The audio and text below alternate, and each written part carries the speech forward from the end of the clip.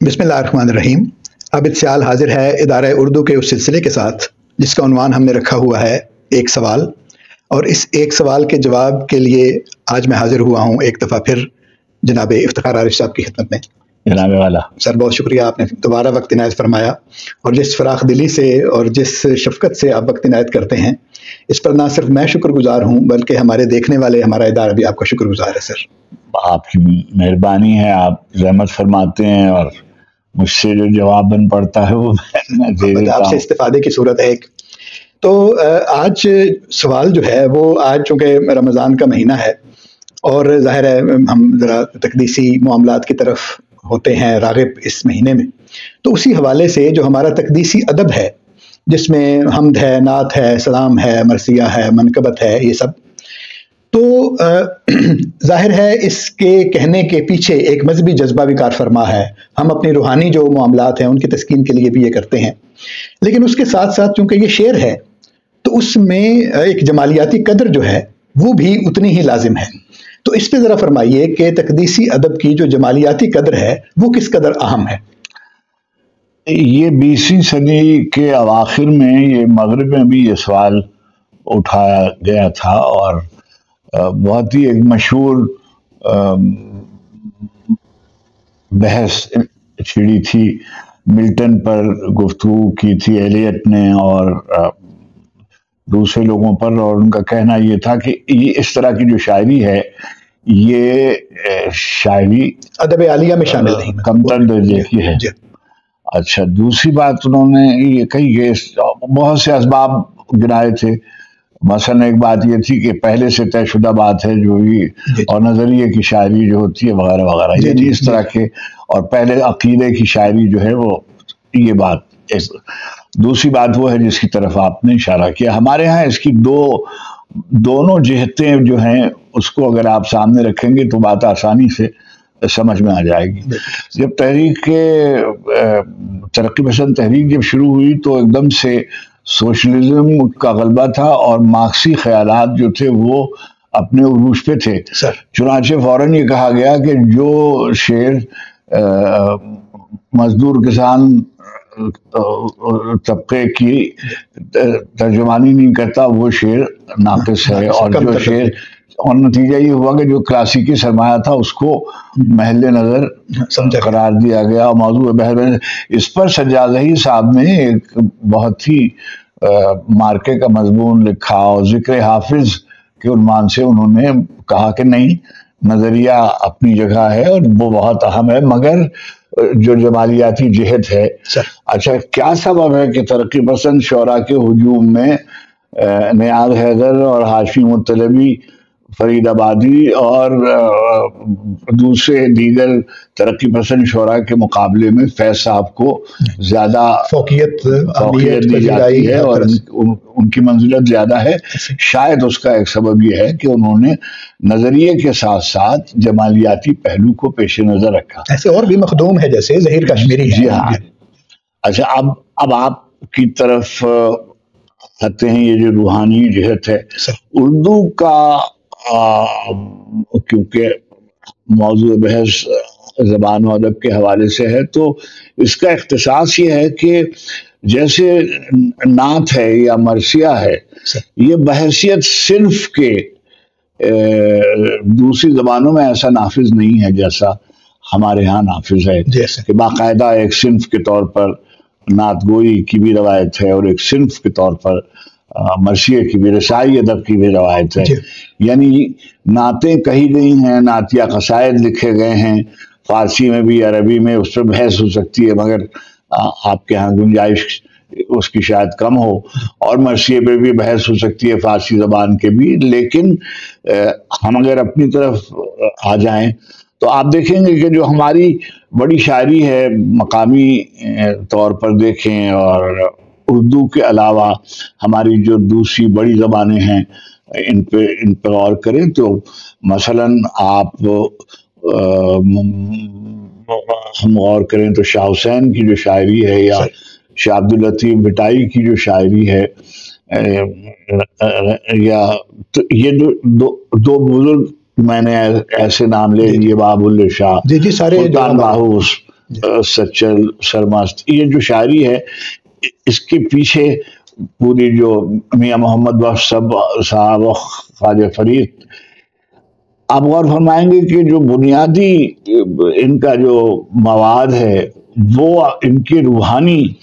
باتات و تجربات سے، بلکہ ہمارے ہاں تو ان کی عشقیہ شاعری کو بھی صوفیانہ سمجھا جاتا ہے نا، اس کی وجہ ہے یہ قدر جو ہے یہ اس کو سمجھا جاتا ہے۔ میرا اس پہ ایک اور موقف یہ ہے کہ ہم بحیثیت فرد کے ایک سے زیادہ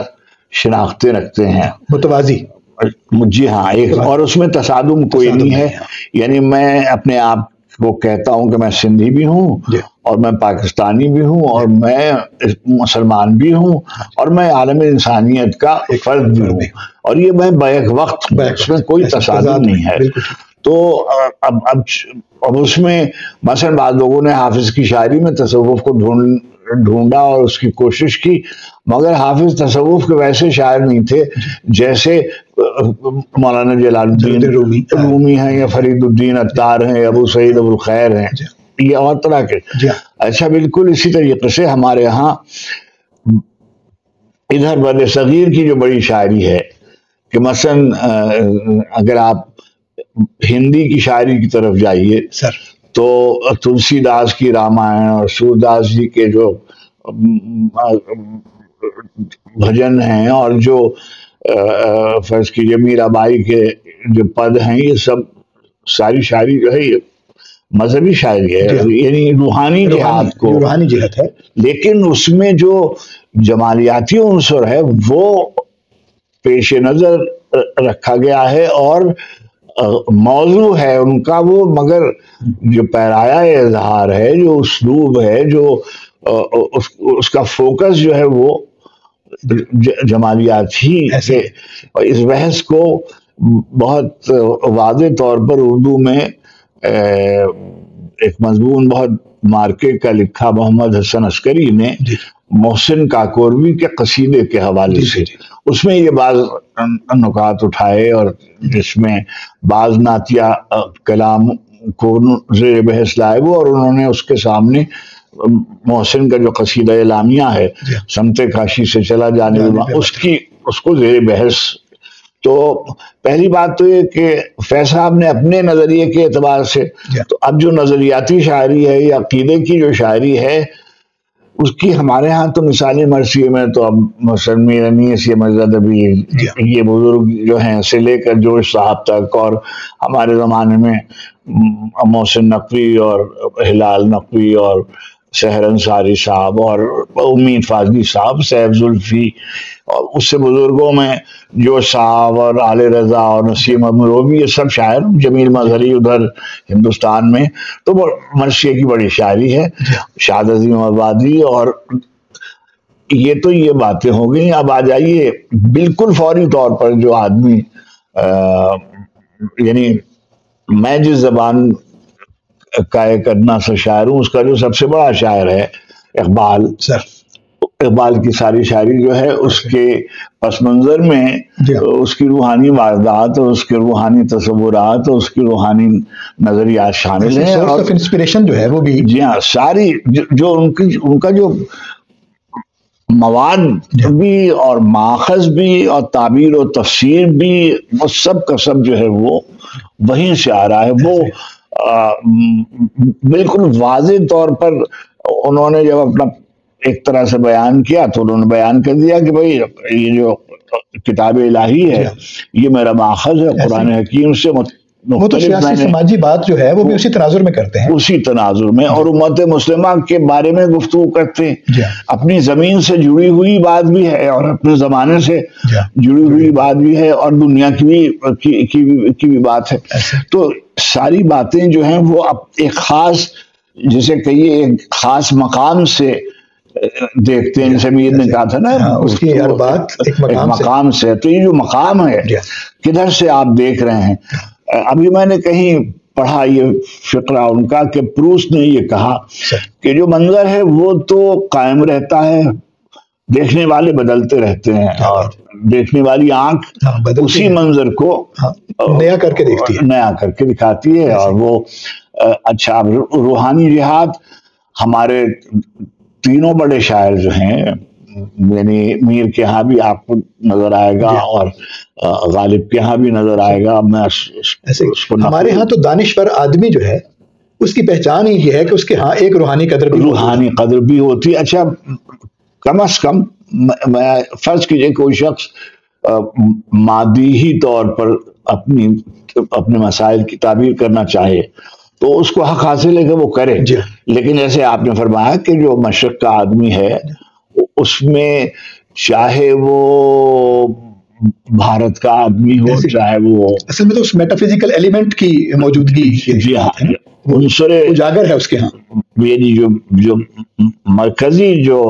اس کا محور جسے آپ کہیے وہ اس کے روحانی وعدات ہیں.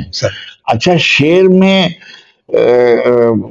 یعنی ہم تخصیص شاید نہ کر سکے، ہم پہلے مائتھولوجی سے بھی تو چیزیں نقل کی جاتی تھی. تو ہومر ہوں کہ ڈانتے ہو یا گوئٹے ہوں، جتنا ہم نے تو ترجمے میں ہی پڑھا ہے، تو اس کی جو تھوڑا بہت انگریزی میں براہ راست جو پڑھا ہے تو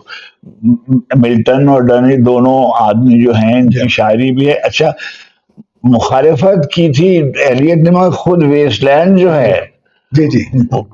اس کے اندر اگر آپ ان کے ماخذات دیکھیے گا تو آپ کو ماخذ دیکھیں گے تو آپ کو اندازہ ہوگا کہ ادھر جو انہوں نے نقل کی ہیں چیزیں اور آخری مصرے تک ویسٹ لینڈ کا جو ہے شانتی پہ جا کر، تو وہ کہیں سے آتی ہے نا شانتی، ہے نا، وہ کہیں سے آئی ہوئی. جی ہاں خود ان کی زندگی کے تغیرات ان کو بتا رہے تھے کہ وہ آپ کے علم میں ہے کہ وہ آخر زمانہ میں بہت ہی پریشانی میں رہے اور عیسائی مسلک کا جو کیتھولک ڈومینیشن ہے اس پہ ہو گئے تھے. تو روحانی واردات کتنی بھی بڑی ہو لیکن اگر شعر نہیں بنا ہے تو پھر اس کی داد نہیں دی جا سکتی. مطلب ثواب تو اس کا مل جائے گا. جی ہاں، یعنی آپ دیکھیے جیسے دہر جو جلوہ یکتائی معشوق نہیں والا قصیدہ ہے. اب آپ دیکھیے کہ جس میں تمام ریشنل باتیں کی گئی ہیں، لاف دانش غلط و نفع عبادت معلوم،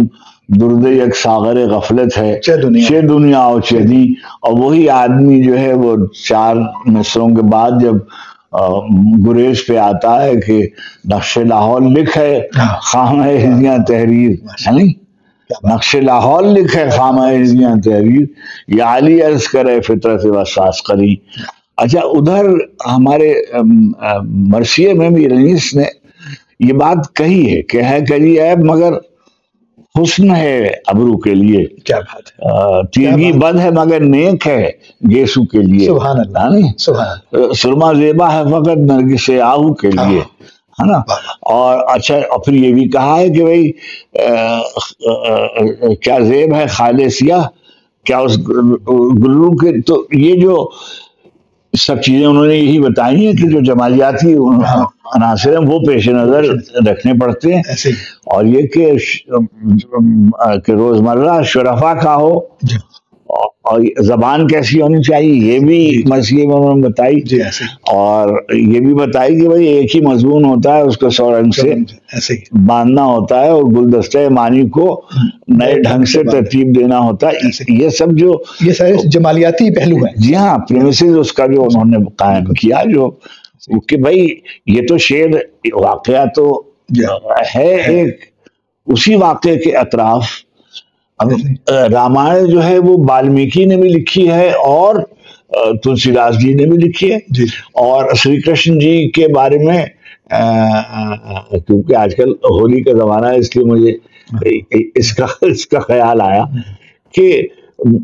جب میرا بائی ان کے بارے میں لکھتی ہیں تو وہ اور طرح سے لکھتی ہیں، جب سوداس جی لکھتے ہیں تو وہ اور طرح سے لکھتے ہیں. اسی طریقے سے جو ہمارے یہاں قصائد ہیں، اب مثلا ہمارے نعتیہ قصائد ہیں، اللہ کے رسول علیہ الصلوۃ والتسلیم کے زمانے سے نعتیں حضور کے سامنے پڑھی جانے لگی اور حضرت حسان بن ثابت اور حضرت کعب بن زہیر اور عبداللہ ابن رواحہ بزرگوں نے نعتیں سرکار کو سنائی اور ان سے داد پائی اور ان سے انعامات لیے. میں کہتا ہوں میں نے کسی جگہ یہ بات کہی کہ دیکھیے حضرت کعب بن زہیر کو حضور نے اپنی چادر مرحبا فرمائی، قصیدہ بردہ شریف کا آغاز. دوسری طرف حضرت حسان بن ثابت کو نواح مدینہ میں ایک باغ عطا کیا تھا. تو مجھے بالکل ایمان ہے میرا، اور میرا یقین یہ ہے کہ مجھے جنت میں حضور کی طرف سے ضرور کوئی نہ کوئی عطا ہوگی. امام جعفر صادق نے یہ فرمایا کہ جو ہمارے جد کے بارے میں ایک بیت کہے گا ہم اس کو یقین دلاتے ہیں. کیا بات، مرحمت. تو جب انہوں نے اچھا اب یہ تو ایک عقیدہ ہو گیا، لیکن اگر میں شعر نہیں کہہ پا رہا ہوں شان شان، تو اب مثلا ہمارے یہاں روایت ہے جیسے عربی میں فرزدق ہیں، کمیت اسدی ہیں، اور فرض کیجئے دیبل خزائی ہیں، اور ہمارے زمانے میں فارسی میں محتشم کاشانی ہیں، اور ادھر شہریار ایک شاعر ہیں بڑے جو غالباً جن کا مجسمہ پیچھے کہیں رکھا. تو شہریار یہ سب فارسی میں انہوں نے دینی اپنی واردات سے. انقلاب کے زمانے میں قیصر امین پور اور حسین حسینی، یہ دو نوجوان، سلمان ہراتی، یہ تین تھے جنہوں نے انقلاب کے بارے میں یعنی نظریے کے بارے میں بھی شعر کہے جا سکتے ہیں. سوویت یونین کا اگر آپ کے زمانے کا ادب دیکھیے تو انہوں نے بھی نظری شاعری کی ہے اور خلاف بھی اس کے باتیں ہوئی ہیں، لیکن ایک بہت بڑا ادب ہے، اس کو آپ گورکی وغیرہ کو آپ سے صرف نظر نہیں کر سکتے، ہے نا؟ کہ گورکی ہوں، ترگنیف ہوں، شلخوف ہوں سے لے کر بعد معلوم تک. خود مایاکافسکی کا زمانہ ہے، یعنی جب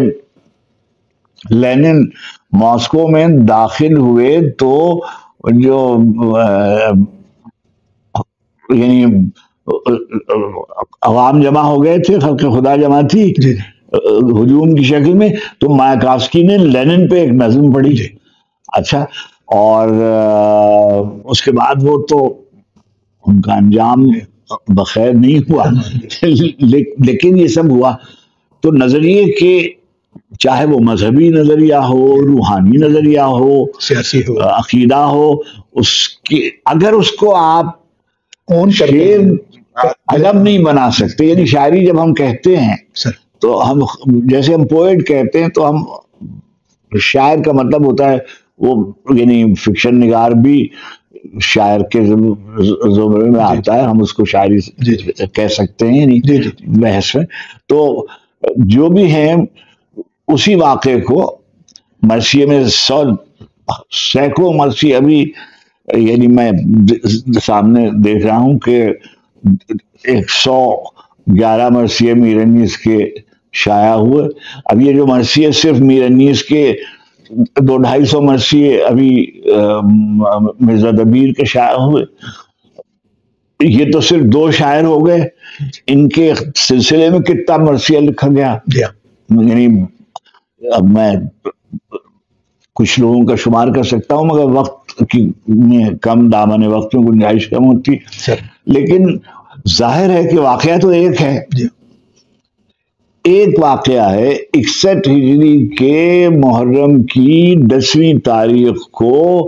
صبح سے لے کر اور شام تک ایک واقعہ ہوا. یہ مرکزی گویا واقعہ جو ہے، باقی سفر اور بعد والا سفر قید خانے والا اور کوفہ اور کوفے سے شام اور وہاں سے مدینہ، یہ وہاں پہ بھی 3 دن ہیں. لیکن یہ جو دن ہیں 10 دن جسے آپ کہتے ہیں، دوسری محرم کو وہاں پہنچے، لیکن اصل واقعہ جو ہے وہ گویا 4 عصر نماز ظہر سے نماز فجر سے اور مغرب کی نماز تک، عصر کی نماز تک، شام غریباں تک، یعنی اصل واقعہ جو ہے جس کی بنیاد پر مگر کتنا لکھا گیا اس پر، کتنا لکھا گیا یعنی تو مگر وہی چیزیں باقی رہ گئیں جس میں اخلاص تھا، جس میں اس صنف یہ جو عناصر تھے اس کو پیش نظر رکھا گیا، مستحکم کیا گیا،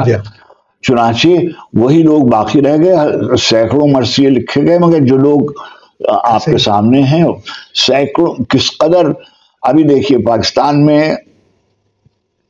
بہت نعتیں لکھی گئی ہیں ہمارے زمانے میں. یعنی میں نے تو ان کی زیارت سے میں محروم رہا. حافظ مظہر الدین سے میں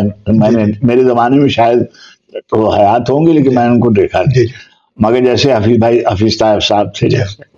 حفیظ طاہر صاحب تھے، باہر القادری صاحب تھے، ہمارے جو مشہور لوگوں میں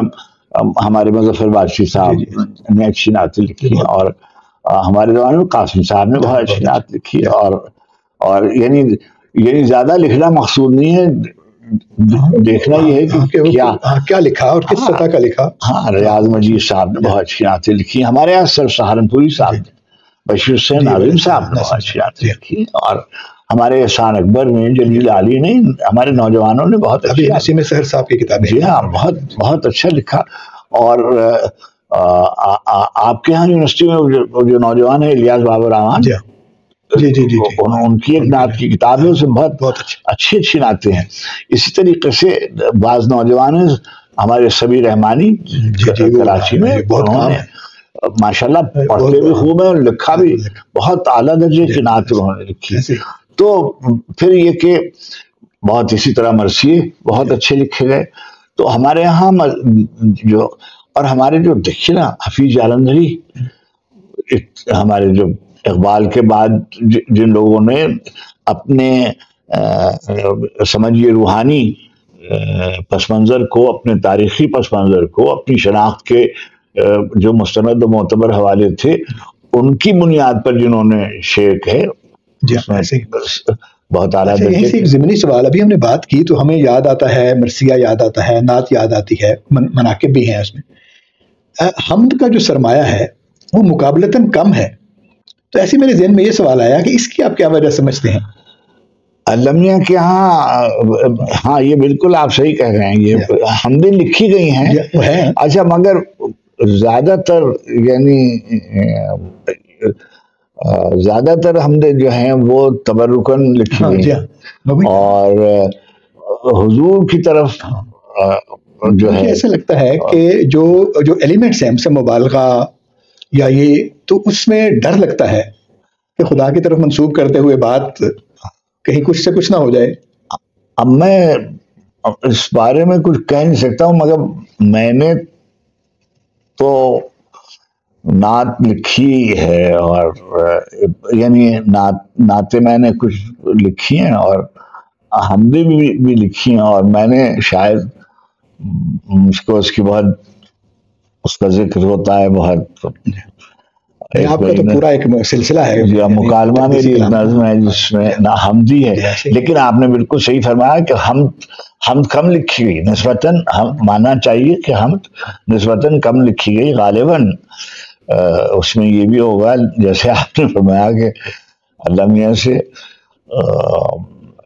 ہمیں، لیکن دیکھیے ہمارے تصوف والے ہماری جو دوسری زبانیں ہیں، ہماری پنجابی ہے جیسے، اس میں تو ہم وہ حمدی ہے، ہم بہت ہے اس میں اور یہی جذبات ہے نا، اور یہی جذبات جو ہے وہ خدا سے منسوب کرتے ہیں. چاہے یعنی مجھ کو تو زبان پر دسترس نہیں ہے. ہمارے یہاں سندھی میں بھی جو شاہ لطیف صاحب ہیں، ان کی جو اول صوفیاء جو ہیں سارے، جی ہاں، ان کے ہاں ہم اصل میں شاید اس کا ایک سبب یہ بھی ہے کہ بر صغیر میں وحدت الوجود کا قصہ تھا اور توحید خالص کے نظریات تھے، تو اس میں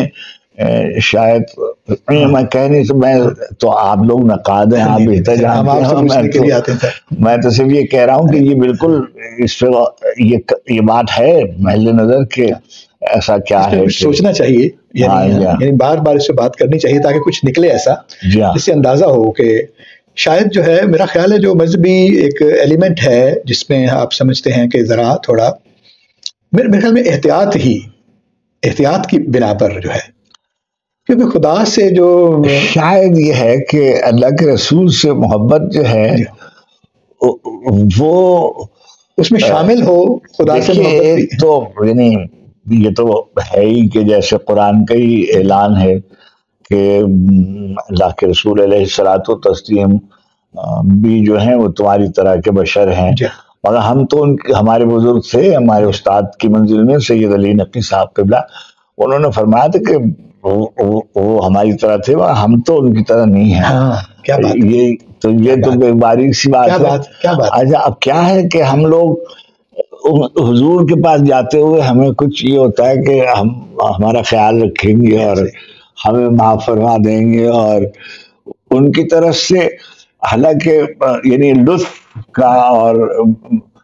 رحمت کا ہی بس ہوتا ہے خیال کے، یعنی تصور بھی نہیں آتا، یعنی ایسے خیال آتا ہے کہ لمحہ سزا دیں گے اور لمحہ سے معافی مانگنی چاہیے اور استغفار کرنا چاہیے۔ ظاہر ہے مجھے حضور کے پاس جاتے ہیں تو یہ شاید احترام تو مانے ہوتا ہے، ظاہر ہے وہ تو لازم ہے، ورنہ ہم خارج ہو جائیں۔ ہمیں حکم ہے کہ ہم ان کی آواز سے اچھا ان کی آواز سے اونچی نہ ہو، کوئی آواز کا مطلب وہی نہیں ہے جنہوں نے مدینے میں آواز بلند کی تھی، ہماری آواز بھی ان کی آواز سے اوپر نہیں ہونا چاہیے۔ اس کا مفہوم یہ ہے کہ ہمیشہ کے لیے یہ ایک اصول ہے، فوق صوت نبی جو ہے کوئی آواز جب انہوں نے کوئی بات کہہ دی ہے تو بس وہ بات قطعی ہے، اس میں کوئی اچھا تو مگر ہم جب ان کے پاس جاتے ہیں تو ہم یہ سمجھ کے جاتے ہیں کہ ہم جائیں گے تو ہماری معافی کی کوئی نہ کوئی صورت حضور ضرور نکال دیں گے۔ وہ ہم کہیں جیسے روایت ہوتی ہے اس میں ہم نے کہیں پڑھا ہے، یہ ہمیں یاد نہیں ہے کہ کسی نے کہا کہ ہم یہ ہوگا قیامت کے دن، یہ ہوگا یہ ہوگا یہ ہوگا، تو اس نے پوچھا کہ تو حضور ہوں گے ادھر؟ تو انہوں نے کہا ہاں ہوں گے، ظاہر ہے وہ تو ہوں گے ہی۔ تو ان کے پھر ٹھیک ہے اور کہہ کے اور چل دیا۔ انہوں نے کہا بھائی جب حضور ہوں گے تو پھر اب یہ ایمان کا کیا ہے، یعنی پھر یعنی اچھا ہم نے اپنی بدعملی کو چھپانے کے لیے حضور کے پاس ہی چلے جاتے ہیں اور انہیں کا بہانہ ڈھونڈتے ہیں۔ گناہگار ہوں گے تو ایسے ہی ہوگا نا، فیلنگ اور ہے۔ تو بہت شکریہ، آپ نے بہت تفصیل کے ساتھ اس پہلو پر گفتگو فرمائی، اور امید ہے کہ ہمارے سننے والوں کو، دیکھنے والوں کو اس بات کے نئے پہلو سامنے آئے ہوں گے ان کے۔ بہت شکریہ۔